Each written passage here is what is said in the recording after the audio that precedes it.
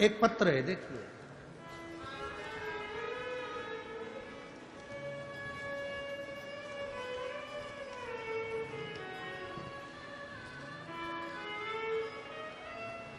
मैं वंदना फकीरा कुमावत जलगांव शिव कॉलोनी से हूं। मेरा मोबाइल नंबर ये है। कहीं बैठी हो तो हाथ हिला सकती हैं, कहीं बैठी हो तो हाथ हिला सकती हैं। मैं वंदना फकीरा कुमावत जलगांव शिव कॉलोनी से हूं। मेरा मोबाइल नंबर ये है।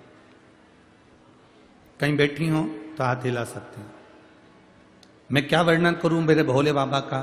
2 साल पहले मेरे परिवार को खुशी का मौका था और मेरे पति बस कंडक्टर थे, गुरुदेव, और वो रिटायर हो गए और मेरे बच्चों ने उनका रिटायरमेंट का कार्यक्रम रखा। सबको खुशी थी।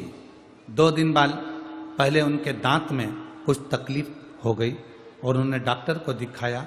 उसकी रिपोर्ट जांच करवाई तो मालूम पड़ा कि मुंह में कैंसर हो गया। मुंह में कैंसर हुआ, खुशी गम में बदल गई। गुरुदेव, डॉक्टर से इलाज करवाना प्रारंभ करा और डॉक्टर ने जब कैंसर की जांच करी तो बताया कि नासिक के कैंसर हॉस्पिटल में जब हमने जांच कराकर मालूम पड़ा तो वो लास्ट स्टेज का कैंसर था।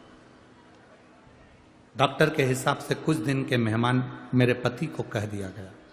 डॉक्टर ने कहा ऑपरेशन करवा लो, पर यह मत सोचना कि ये बचेंगे। ज्यादा से ज्यादा 1 महीना, 1.5 महीना, 2 महीना, उससे ज्यादा का क्रम नहीं। करें क्या? ऑपरेशन करवाया, कीमो करवाया। करवाने के बाद और ज्यादा तकलीफ में फंस गए। बहुत तकलीफ पर तकलीफ आने लगी। इतना तकलीफ हो गया कि उनका दर्द नहीं देखा जाता था और दिन रात तड़पते थे।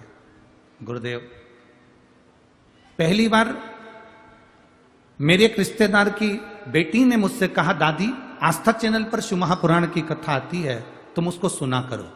और दादा को भी सुनाओ। मैंने टीवी पर लगाकर कथा को दिया और टीवी पर जब कथा लगाया उसमें पशुपति व्रत के बारे में बताया। मैंने वो व्रत करने का मन में ठान लिया। शिव जी पे जल चढ़ाकर बेलपत्र लाती और पानी लाती और अपने पति को देती। 20 दिन हो गए थे उनको ऑपरेशन कराए हुए, वापिस लाए हुए। 2 बूंद पानी भी उनके मुंह में नहीं दे सकते थे। तो पानी कैसे देते?